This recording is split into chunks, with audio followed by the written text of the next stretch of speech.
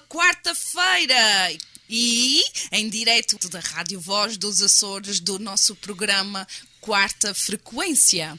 Eu hoje estou bem disposta, porque a minha convidada é das pessoas mais humoradas que eu conheço, mais bem-humoradas que eu conheço. Não há vez nenhuma que eu me encontre com ela e que não haja um minuto ou dois de gaitadaria, pela sua boa disposição, pela sua maneira de ver, pela sua maneira de estar na vida e eu digo mesmo, à portuguesinha, à açoriana, consola uma boa gaitada.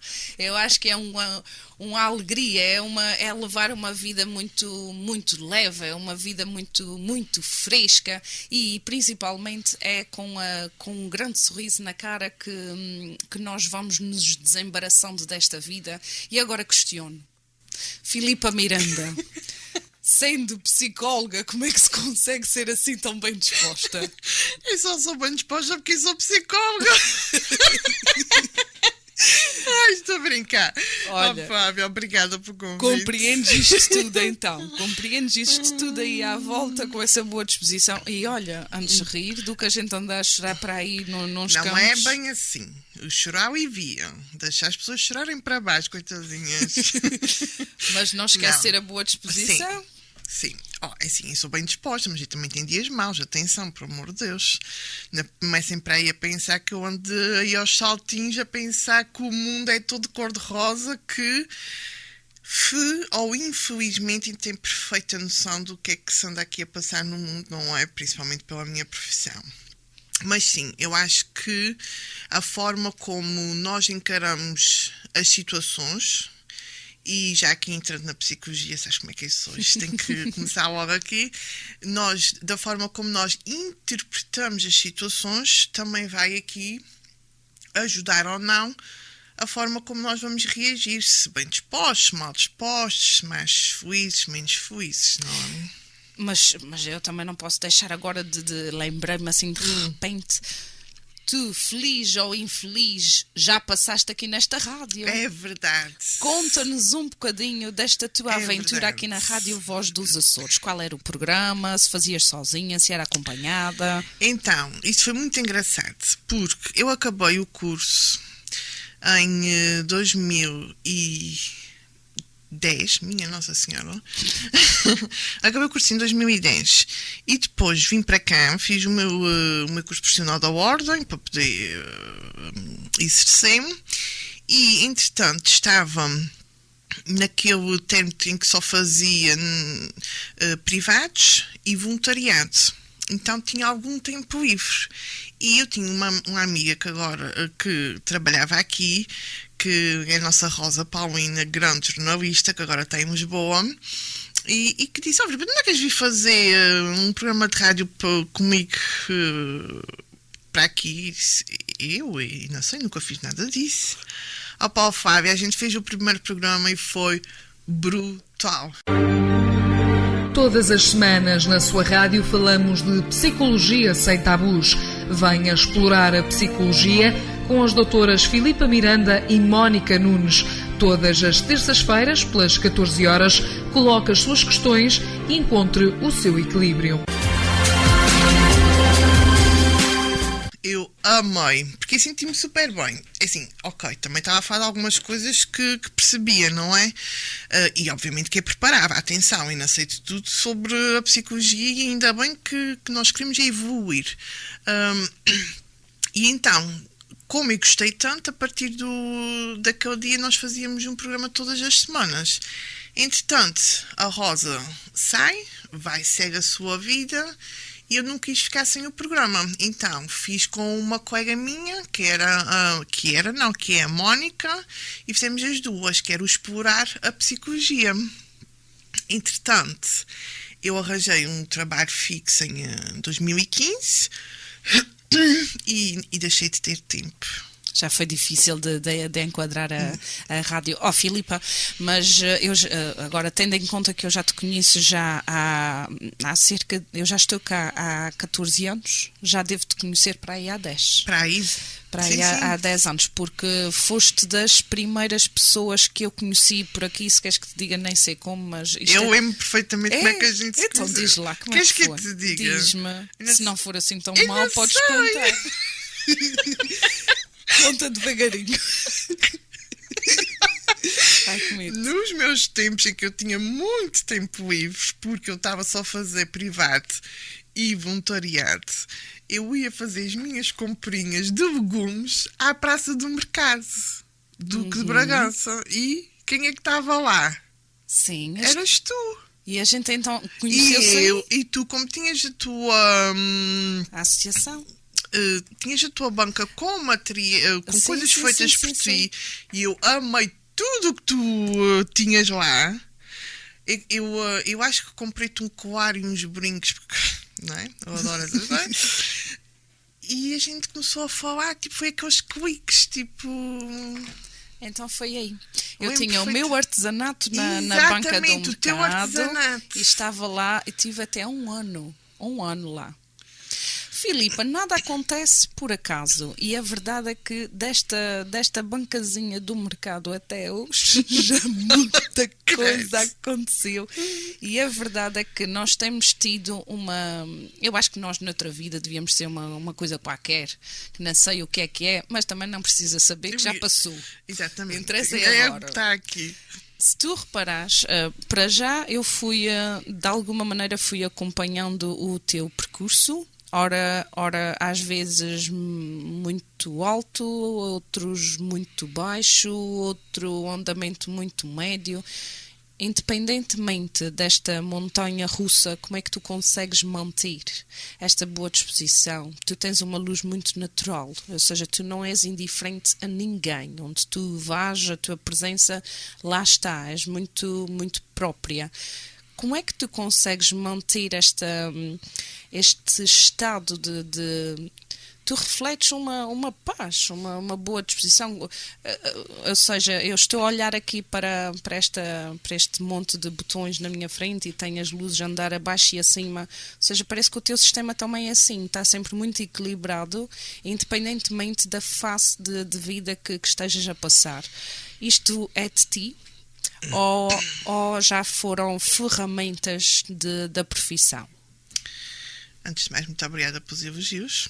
Não é isso tudo, mas obrigada. É o meu ponto de vista. E é o mais importante neste preciso momento. E é válido. É assim. Obviamente que a profissão trouxe-me ferramentas, mas eu também tenho um percurso de vida que eu acho que me ensinou. Primeiro eu tive, e por isso também a minha especialização em luto, não é na área da psicologia, eu tive a minha primeira perda significativa aos 22 anos. Que, 22 anos já és uma adulta. Sim, mas eu estava a estudar, estava na universidade, ninguém é um adulto aos 22 anos, tipo... Logo aí, isso já me trouxe aqui uma bagagem emocional que eu tive que trabalhar nela. Eu tive que trabalhar este luto para fazer um luto saudável. E a partir do momento em que tu fazes um luto de uma pessoa tão significativa e de uma perda tão significativa que até hoje eu não perdi mais ninguém tão significativo como aquela pessoa, tu também ganhas aqui estratégias muito emocionais e cognitivas para também saberes como levar a vida. Mas atenção! E como tu disseste bem, eu não levo isto assim de uma forma tão equilibrada. Eu tenho momentos em que o stress ataca mais, ou eu tento não cair no padrão de me pôr mais em baixo e tento usar essas estratégias que também fui ganhando ao longo da vida. E também porque penso muito que quem eu perdi, pronto, foi o meu pai, não tem problemas nenhum em dizer, porque quem me conhece também sabe, também me deu muito a nível de educação e a nível de transmissão de conhecimentos E eu não quero de maneira nenhuma não usar isso. Ou seja, eu quero usar aquilo que ele me deu como uma forma de homenagear e de levar a vida da forma como eu acho mais correta. E eu lembro-me perfeitamente de uma coisa, e eu acho que é por aí quando tu dizes que eu não sou indiferente a ninguém. Eu lembro de uma vez, estávamos sentados a jantar. Eu acho que já estava a ter o curso, já não me lembro bem. E disse a ele, um dia, quando eu acabar o meu curso e já tiver alguma prática, que tenho que trabalhar primeiro num sítio, ingenuidade, tenho que trabalhar primeiro num sítio para depois abrir um consultório, não sei o quê. E vou ter pacientes, a gente tem que ter aquelas horas. E ele vira-se para mim e diz assim: olha, Filipa, nunca te esqueças, tu tens que guardar todos os dias uma hora para alguém que vá de surpresa, que é para tu poderes sempre ajudar alguém. E aqui eu disse: opá, eu não posso fazer isso então, as pessoas têm as suas horas marcadas, ainda posso estar aqui a guardar horas só para... E eu assim: tu nunca te esqueças, tu guardas sempre uma hora do teu dia, porque se aparecer alguém que possa vir a precisar. Flávio, eu veio com isso, eu veio esta frase comigo para a vida. Eu tenho sempre uma hora do meio-dia para quem precisar. Não é para mim. Isso não é verdade! Não é verdade! Eu estou a brincar. Bem, realmente faz todo o sentido, mas isso de falar psicologia, às vezes o tema é tão pesado que tem que ser mesmo com uma gargalhada para nós. É verdade. E se calhar faz sentido, porque quando nós aparecemos de repente é porque estamos mesmo a precisar daquela pessoa, daquele apoio. Sim, isso até pode ser um eufemismo, tipo, quando eu digo uma hora é do tipo... Tirar um pouco. Tirar para quem precisa, ou para a minha melhor amiga, ou para os meus dois melhores amigos, ou para algum colega de trabalho, ou para alguém, simples. Por exemplo, neste momento eu estou a trabalhar num centro de estudos. Eu lido muito com os pais que vão lá levar os miúdos, ou vão buscar os miúdos, ou não sei o quê. Eu tenho pais que se precisam de falar, eu não vou simplesmente, eu agora tenho um monte de coisas aqui para fazer. Não, eu tiro aquele momento, vou à rua e converso com eles, porque eles estão a precisar. Não me custou nada. Não me custa nada. Filipa, este teu coração que é maior do que tu enverdou por fazer parte. Olha que eu sou bem grande. Por isso mesmo, o coração ainda é maior. Tu acabaste por enverdar por um caminho dedicado a uma especialidade bastante fraturante, que é o luto. Ou seja, queres falar um bocadinho acerca da tua associação, de como é que surgiu e como é que está hoje em dia? É assim, o luto é sem dúvida a área que eu sou apaixonada. E pode parecer um bocadinho mórbido, sim. Eu tenho 2 amigos meus que dizem que eu sou frio para o corte preto, mas é na brincadeira, porque eu gosto de falar do luto e trabalhar o luto, porque eu acho mesmo, de verdade, que nós conseguimos nos adaptar às perdas, ou seja, nós não ultrapassamos, ninguém aqui quer ultrapassar nada, porque ultrapassar tem aqui também uma conotação de esquecimento. Eu acho que isto é uma falta de respeito à pessoa, tanto a nós que perdemos e enlutados, como à pessoa que também partiu. E não é isso que nós queremos. Nós queremos é nos adaptar, ou seja, voltar a ser feliz na ausência daquela pessoa, ou daquilo que acabou. Pode ser uma relação, etc. E, como eu já disse, aos 22 anos eu perdi o meu pai, estava no ano de transição para fazer a minha tese de mestrado e, obviamente, escolhi o tema do luto para trabalhar e para fazer investigação. Ao fazer isso, descobri então que queria trabalhar o luto para o resto da minha vida. Infelizmente não posso fazer isso 24/24 salvo seja, mas pronto, não posso trabalhar só com o luto, mas então, tendo percebido que era isso que eu queria fazer, comecei a pesquisar associações que existiam no continente. Na altura eu ainda estava a viver lá fora e a estudar. E percebi que aqui nos Açores não havia nada. Havia sim, e há, os nossos técnicos, os nossos psicólogos, que são maravilhosos e que trabalham no luto, mas especializado só para o luto não havia. Então eu disse, ok, não é tarde nem é cedo. E eu fundei o Renascer, que é o grupo de apoio ao luto, que neste momento está aqui em transição entre renascer, luto e desenvolvimento pessoal, pronto, que é para ter mais a minha imagem. E comecei e lancei, tive muita adesão da comunicação aqui da ilha, da parte dos jornais e das rádios e etc. E começou então a aparecer os primeiros pacientes só direcionados para o luto. É uma equipa, és tu que trabalhas sozinha neste sentido ou tens uma equipa? Neste momento sou só eu. Inicialmente éramos uma equipa, depois dividíamos os pacientes consoante também a adesão que tinha. Entretanto, eu em 2015 tive uma proposta de trabalho de efetividade, tive também aqui que fazer uma escolha. O grupo acabou por ficar um pouco mais adormecido, apesar de eu sempre fazer os privados do luto, mas acabavam sempre por não ter aquele tempo que eu tinha. E depois as outras pessoas, obviamente, também foram seguindo as suas vidas e os seus percursos profissionais. Em 2020, isso foi na pandemia, em 2020, mais coisa, menos coisa, eu saí do local onde eu estava a trabalhar, então agora sim estou completamente dedicada ao renascer, com obviamente outros projetos, não é aqui a par disso, mas sempre aqui a trabalhar e a fazer publicações aqui também. E eu acho que isto é importante, porque eu sinto isso nos meus pacientes de luto, que é preciso esta educação para a morte. E é isso que eu tento fazer com as minhas redes sociais, tanto com o Insta como com o Facebook. Todas as semanas sai um post só sobre o luto. Não sai mais porque eu sei que é um tema muito pesado e as pessoas, pronto, também não. Por isso é que eu também incluí aqui o desenvolvimento pessoal. Mas todas as semanas sai uma publicação de luto aqui como forma ou como a querer também educar e formar um pouco como é que a sociedade deve lidar com os enlutados, que eu acho que isso é muito importante. Eu vou-te contar aqui uma situação que aconteceu há uns anos atrás, também quando estava em face académica. Eu fiz um trabalho que tinha como título a arte funerária.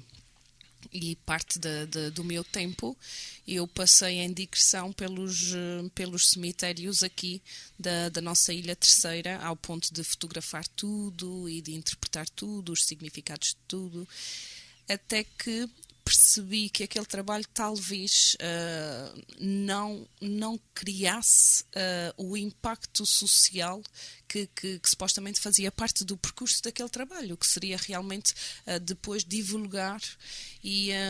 Porque enquanto eu fui construindo o trabalho, já havia feedbacks de pessoas a dizer: não gosto nada deste tema, é que nem fales já comigo.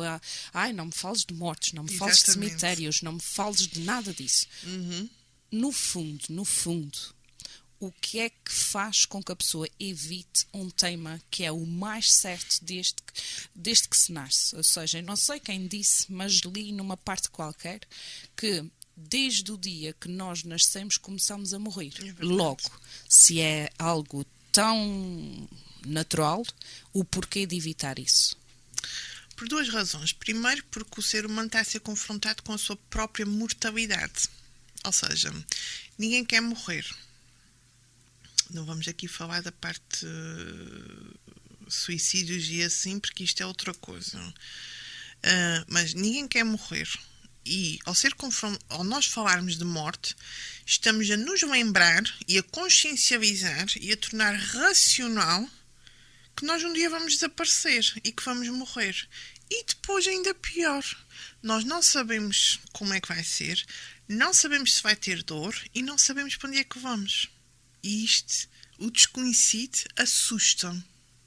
E é por isso que as pessoas não querem falar sobre isso.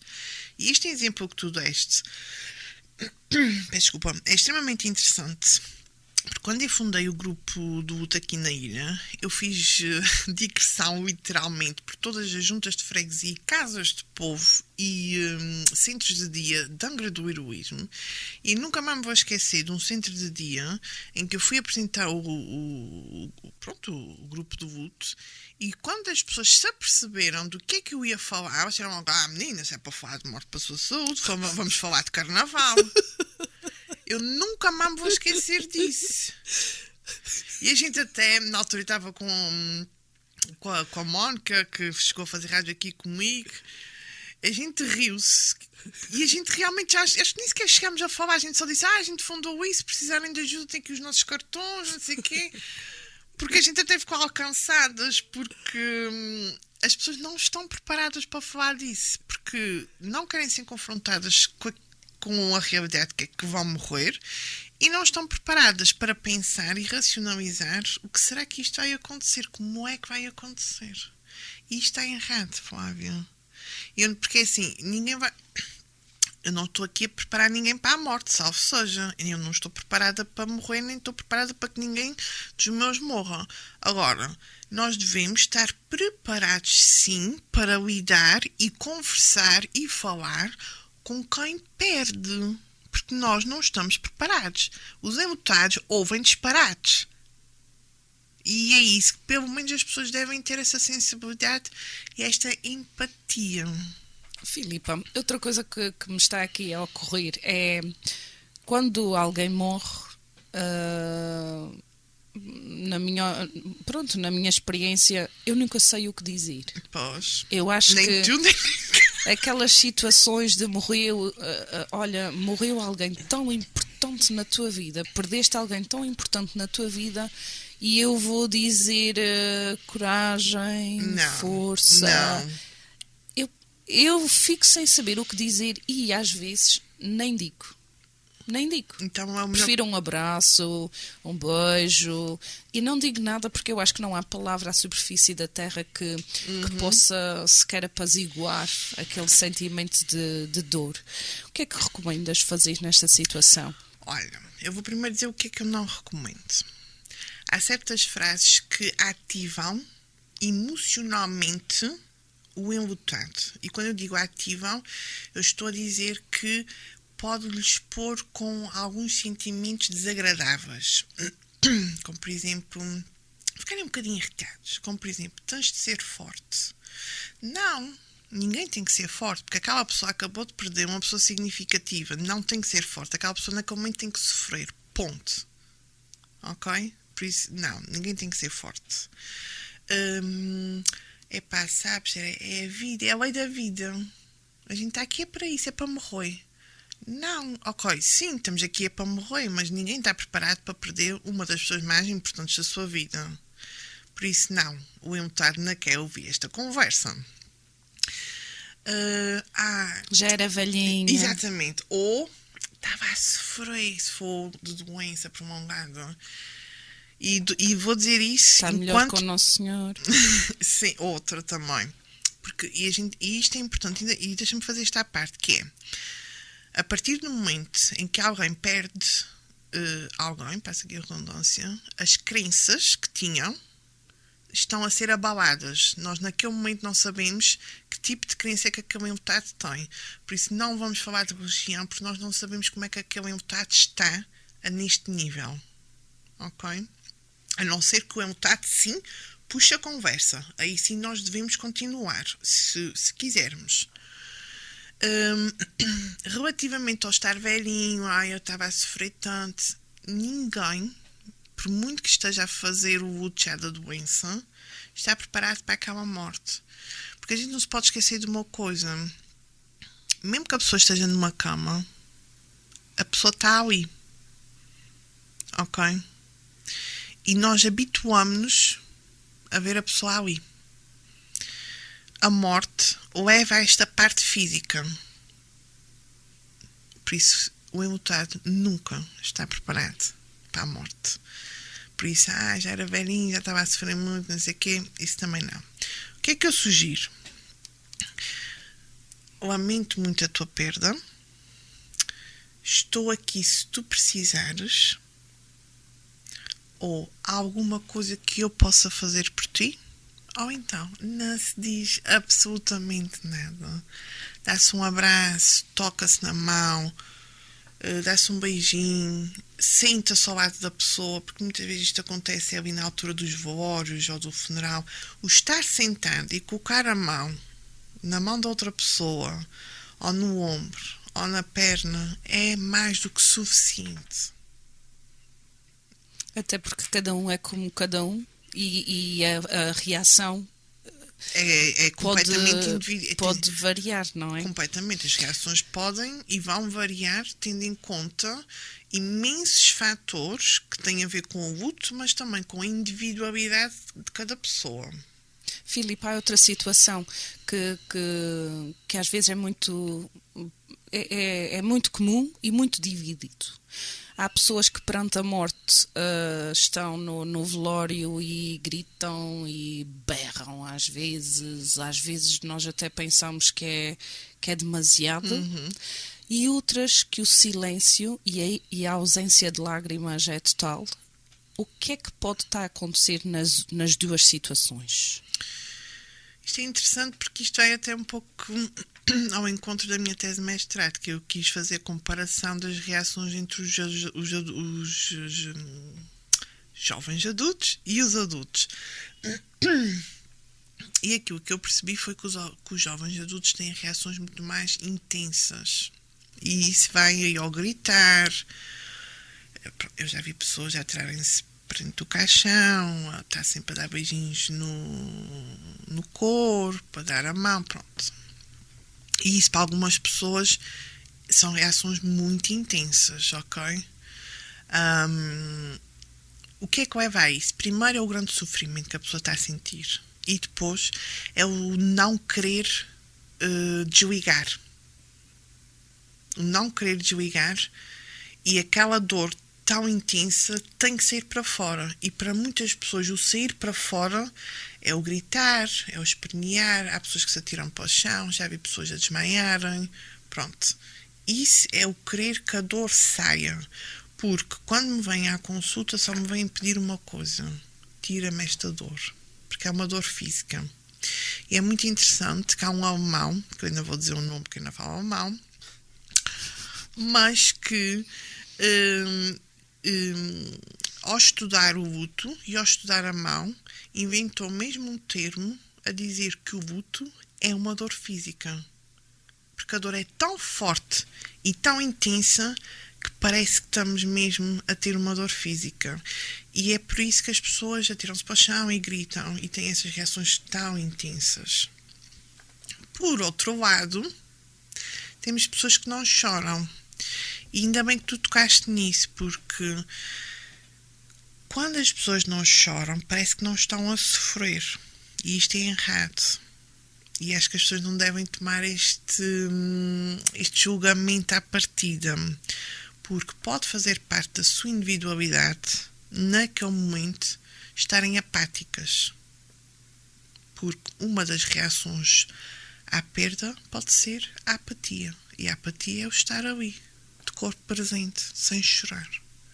Isto também significa que a pessoa ainda está em choque e que a realidade ainda não foi bem alcançada. E quando há uma destas situações,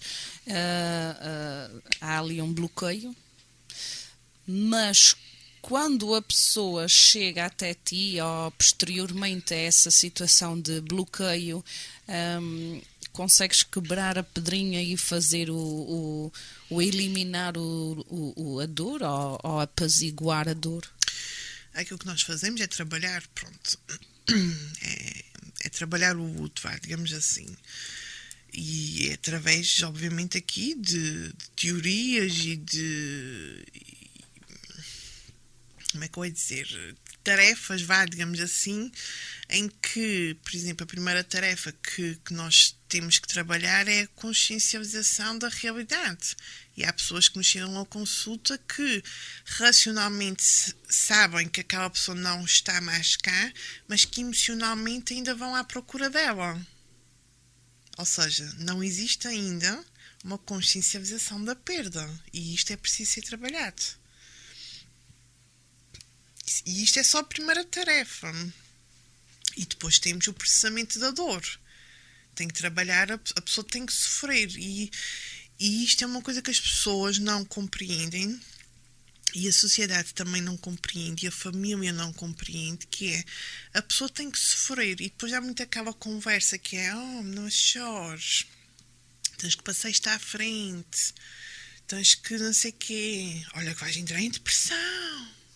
Não. A pessoa, para fazer um luto, tem que sofrer. É horrível, dói muito, sim, mas é necessário a pessoa sentir a perda, que é para se adaptar e para processar aquela dor e processar aquela perda, até que a gente chega depois à outra tarefa, que é a reorganização da nossa vida e a reorganização cognitiva de continuarmos a nossa vida na ausência da pessoa perdida. Mas é preciso a gente sofrer primeiro.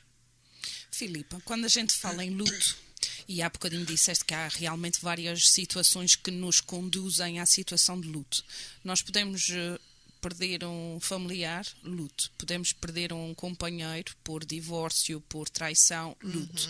Nós podemos perder um animal de estimação, luto. Nós podemos perder um emprego que gostávamos muito, luto. Nós podemos perder uma viagem que, dado ao tempo, não se conseguiu fazer e sabe-se lá quando se volta a fazer, luto. Achas que, tendo em conta essa perspectiva em que o ser humano está sujeito diariamente a perdas, nós devemos de ser mais abertos ao permitir ser frágil para superar estas perdas e conseguir fazer o luto, ou os lutos? Primeiro é importante nós percebermos que, sim, nós diariamente sofremos lutos. Agora, existem lutos significativos e lutos não significativos. Se eu perder uma viagem, por exemplo, usando aqui o teu exemplo, provavelmente não vai ser tão significativo se eu perder, sei lá... O animal de estimação. Meus queridos gatinhos, minha Nossa Senhora. Exatamente. Ou seja, é importante perceber o que é significativo daquilo que não é significativo. Agora, sim, as pessoas têm que estar abertas e disponíveis emocionalmente para lidar com isso. E não ter vergonha de dizer, eu estou triste porque perdi X, Y, Z. E achas que, tendo em conta isto do significativo ou não, e tendo em conta o teu trabalho no Renascer, achas que se a pessoa estiver a fazer gradualmente este processo de luto e de aceitação da perda, estamos a construir uma educação para a perda total, que é realmente a morte de alguém? Nós, quando estamos... Uma pessoa pode ter 3 pessoas... Estou a dar um exemplo de 3. Mas uma pessoa vai perder várias pessoas significativas ao longo da sua vida. O que é que acontece? Se o primeiro luto for bem feito e for saudável, os seguintes têm maior probabilidade de também serem feitos e saudáveis. Porquê? Porque a pessoa pode pegar nas estratégias anteriores e generalizar. Qual é a grande diferença entre lutos? Ou qual poderá ser a grande diferença entre os lutos? É que o luto só é significativo ou só é proporcional ao afeto que nós temos pela pessoa. Quanto mais nós sofremos, é porque nós amamos quem nós perdemos. Isto é diretamente proporcional. Só isso é que faz o ser significativo ou não. Ponto. Por isso, se a primeira pessoa que nós perdermos foi a pessoa que nós mais amamos, se calhar vai ser mais significativo que a outra pessoa que nós, se calhar, não temos tanto afeto. Não é de não ter tanto afeto, mas não é tão significativa. Temos que ser realistas. Nós temos pessoas que não são significativas na nossa vida. Mas se já o terceiro útero já for alguém também significativo e que nós amamos muito e que tínhamos muito afeto e que tínhamos muita convivência, muita interação, mas se aquele primeiro for bem feito, podemos usar as mesmas estratégias. E aí sim estamos-nos a educar para ter úteros saudáveis, digamos assim. E o que é mais difícil? O processo de luto é mais difícil na pessoa que chora muito ou na pessoa que não chora nada? Isto é indiferente, Flávia. Eu acho que isso do chorar, primeiro, acho que tem a ver com cada pessoa. A mesma pessoa pode ter fases em que chora muito, como pode ter fases em que não chora nada. Como pode ter fases em que, por exemplo, em terapia, eu peço algumas tarefas para elas fazerem em casa e aquela pessoa durante, 3 ou 4 semanas estava super bem e pensa aquela tarefa e aquela pessoa desmoronou naquele dia e chorou a birranha o dia inteiro. Ou seja, isso do chorar ou não chorar tem a ver também com a individualidade de cada um, tem a ver com a forma como a pessoa reage, às vezes até com o seu passado, ser uma pessoa que mudou dos seus pais, que chorar não se deve chorar, ou se sempre viu os seus pais a chorar também, se calhar tem uma grande abertura para isso, ok? O chorar aqui só deve ser levado como importante na medida em que não devemos tentar não chorar. Tens vontade de chorar? Chora para baixo. Alivia. Estás a tirar a tua dor para fora. Filipa, tu és uma pessoa extremamente bem disposta. Como é que...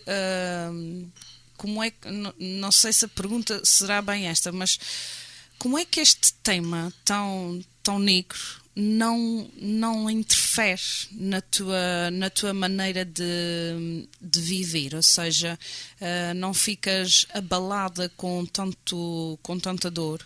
Claro que fico, Flávia. Por amor de Deus. Óbvio que fico. E sai de cada consulta do luto que apetece-me dar gritos às vezes, porque eu fico aquela dor comigo. No entanto, eu tenho uma visão do luto muito diferente das outras pessoas, na minha opinião.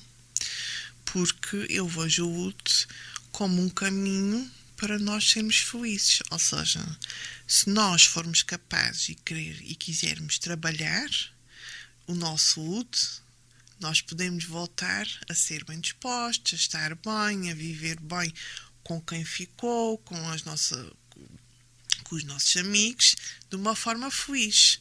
Nunca feliz como antes. Ok? Isto é importante dizer. Porque as pessoas pensam, nunca mais vou ser feliz. Pois não. Como eras antes, não vais. Vais ser agora um novo feliz. E ainda bem. Vamos aqui ressignificar a coisa. Ou seja, eu vejo o luto desta forma. Como um caminho de positividade. Que se eu fizer isso, as outras pessoas também vão ser felizes. E é nisso que eu me concentro, que eu estou aqui a ajudar as pessoas a tentarem adaptar-se às suas perdas para voltarem a ser felizes na medida em que vão conseguir, obviamente.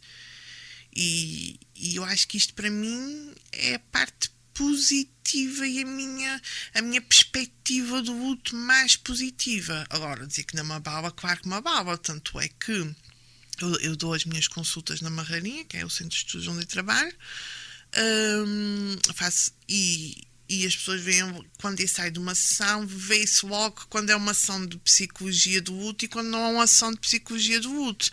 Porque, obviamente, a história... E assim, a empatia é muito bonita, mas para mim, enquanto técnico, obviamente que eu levo isso.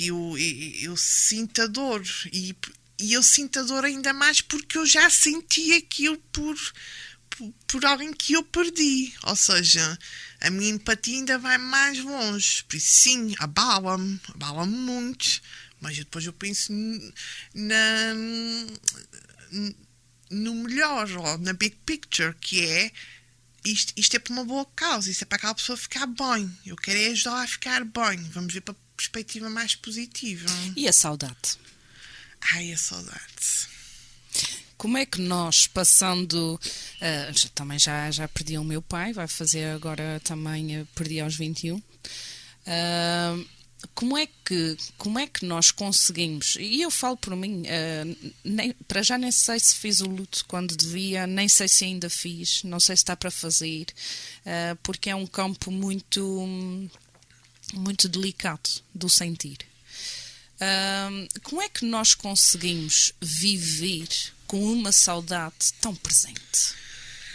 Olha, isto é engraçado, porque ainda ontem foi sobre isso. À medida que a dor vai amenizando, atenção, ela não desaparece, ela vai amenizando e nós vamos conseguindo lidar e viver melhor com esta dor, a saudade aumenta. Ou seja, a dor vai diminuindo e a saudade vai aumentando. Eu costumo dizer que existem dois tipos de saudade. Existe a saudade má e existe a saudade boa. A saudade má, desculpa, que é aquela muito inicial no processo de luto, que é quando as coisas ainda estão muito à flor da pele, muito intensas, em que quando nós nos lembramos da pessoa, ou quando falamos da pessoa, ainda nos dá vontade de chorar, temos muito o chamado choro fácil, não conseguimos recordar sem chorar, ou não conseguimos recordar sem ter um sentimento de intenso de sofrimento. À medida que o luto vai progredindo e nós vamos trabalhando, começa a chegar a saudade boa, em que nós começamos a nos lembrar da pessoa, mas lembramos das coisas boas, das memórias boas, das recordações positivas, já falamos daquela pessoa com um sorriso na cara, já damos exemplos de coisas que aquela pessoa nos deixou, já falamos daquela pessoa com orgulho, queremos homenagear aquela pessoa, ou seja, queremos que a nossa vida tem um bocadinho daquela pessoa em nós. E isto não é não fazer um luto. Isto é exatamente fazer um luto saudável, que é nós conseguirmos viver na ausência daquela pessoa e tendo aquela pessoa na nossa vida. E eu faço isso. Sempre, por exemplo, com as frases que o meu pai me deixava, com os exemplos que ele me deu. E eu falo nisso agora. Antes ainda fazia isso, não é? Mas eu agora consigo dizer e consigo falar nele super bem. Que eu tenho saudades? Obviamente que tenho. Mas quando nós temos saudades boas, a gente pode falar da pessoa, podemos falar da pessoa com outras pessoas que também perderam aquela pessoa, podemos ver fotografias, podemos ver vídeos, isso tudo é saudável. Filipa, isso é mesmo quase como o viver com uma presença que se faz sentir de outra maneira. Uhum. E que é sempre o construtivo para quem cá ficou, não é? Uhum. Sim, isso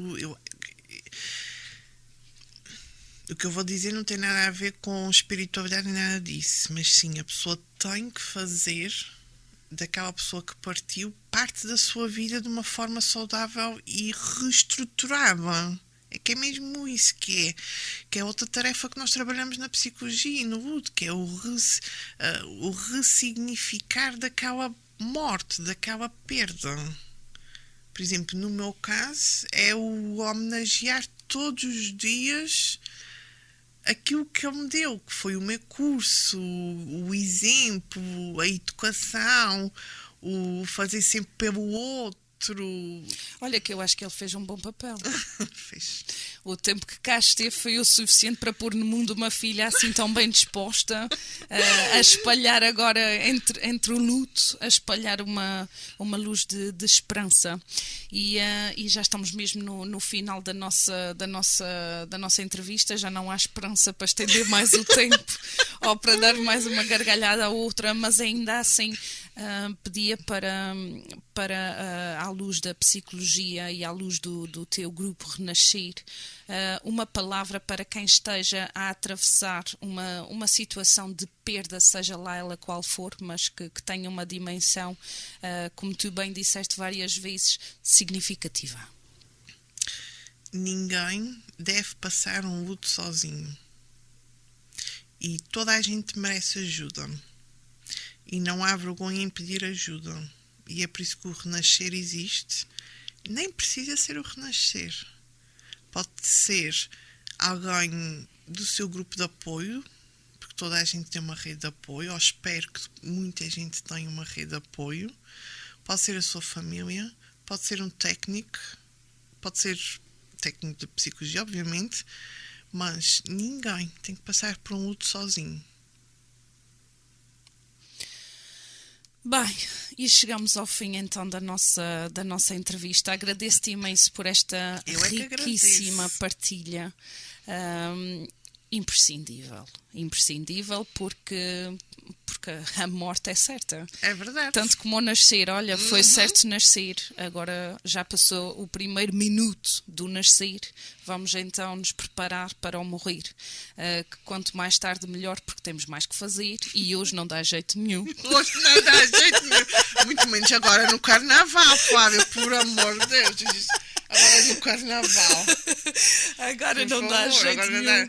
Tanto baile, tanta filhos para a gente comer. Vamos prolongar a nossa existência com boa disposição, com alento à vida, tirar partido e agradecer todos os dias nós estarmos vivos mais um dia, mais uma aventura, mais em vez de acordarmos e ai, o dia hoje, isso e aquilo. Não, olha, ainda bem que hoje eu vou ter uma catrafada de peripécias, porque é sinal de vida.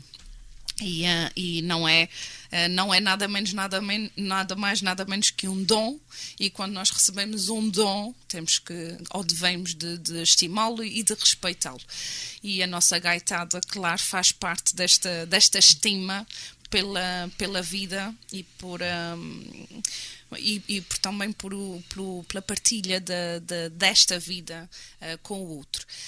Bem, e cá estamos nós aqui na Rádio Voz dos Açores, em especial neste querido Quarta Frequência. Nós, além de falarmos de coisas super pertinentes que vão ao encontro do coração de quem está a ouvir, temos convidados, claro que eu escolho-os a dedo, porque uma vez que tenho esta oportunidade, escolho-os a dedo porque acredito mesmo que são pessoas que têm para dar e enriquecer quem nos ouve. Muito obrigada, Filipa. Obrigada. Continuação eu, de um excelente trabalho que tens desenvolvido ao longo de mais do que uma década e que assim seja até tu seres bastante velhinha.